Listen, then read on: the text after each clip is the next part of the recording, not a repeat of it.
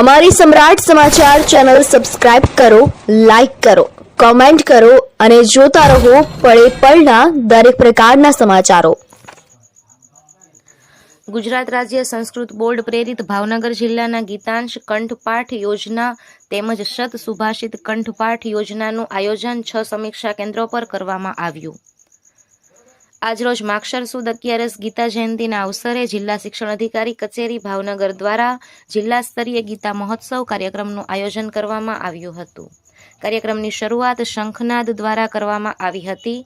મુખ્ય મહેમાન ગુજરાત સંસ્કૃત બોર્ડના ઉપાધ્યક્ષ પંકજભાઈ ત્રિવેદી, પૂજ્ય સીતારામ બાપુ, પૂજ્ય વેણુ ગાયક પ્રભુ, પૂજ્ય સમાત્માનંદજી અને ધનેશ્રીબેન ભટ્ટ અને મુખ્ય વક્તા તરીકે શ્રી નચર ગાંધી મહિલા કોલેજના આચાર્ય બલભદ્રસિંહ ચુડાસમા સાહેબ અને ડોક્ટર મીતાબેન વ્યાસ, શામળદાસ આર્ટ્સ કોલેજ સંસ્કૃત વિભાગના અધ્યક્ષ શ્રી તેમજ જિલ્લા શિક્ષણાધિકારી હિતેન્દ્રસિંહ પઢેરિયા સાહેબ, અન્ય સંસ્થાના મહાત્મા દ્વારા ગીતાજીનું પૂજન કરવામાં આવ્યું।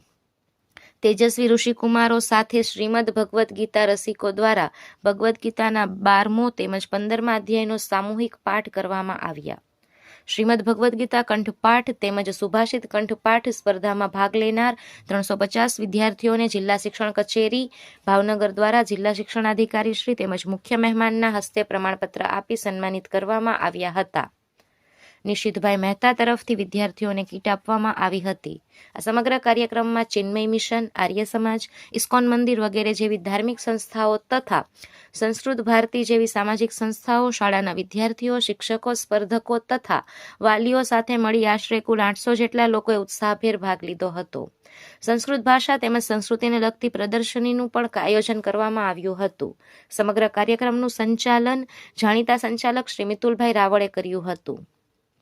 સંત સમુદાયે સરકારના સુંદર પગલાંને આવકારી અભિનંદન પાઠવ્યા હતા। ગુજરાત રાજ્ય સંસ્કૃત બોર્ડના ઉપાધ્યક્ષ શ્રી પંકજભાઈ ત્રિવેદીએ સુંદર આયોજન બદલ ભાવનગર જિલ્લા શિક્ષણાધિકારી ટીમ અને જિલ્લા શિક્ષણાધિકારી સાહેબને અભિનંદન પાઠવ્યા હતા। કાર્યક્રમની આભાર વિધિ નોડલ ઓફિસર વંદના ગોસ્વામીએ કરી હતી।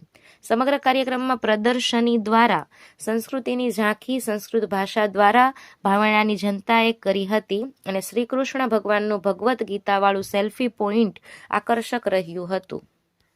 રોજ સવારે દરેક અધ્યાયના 2 શ્લોક તો બોલીને ઘરેથી બહાર નીકળજો। માત્ર 2 શ્લોક દરરોજ નિયમ કરી નાખો કે અમે 2 શ્લોક બોલીશું આમ કરતા કરતા, કારણ કે આપણે તો એવું કહેવાય કાકરે કાકરે પાળ બંધાય, બરાબર। અહીંયા વિદ્વાનોએ બહુ સરસ વાત કરી છે। ચોડાસમા સાહેબે કીધું એમ યોજક તત્ર દુર્લભ।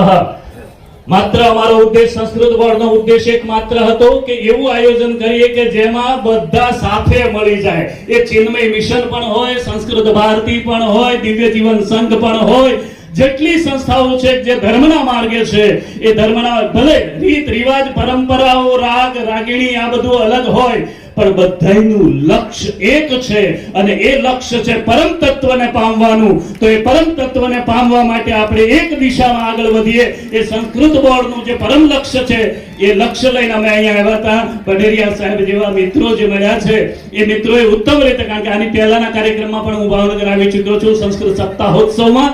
પંચકમ યોજના જે છે એ યોજનાને આપ સ્વીકારશો અને સંસ્કૃત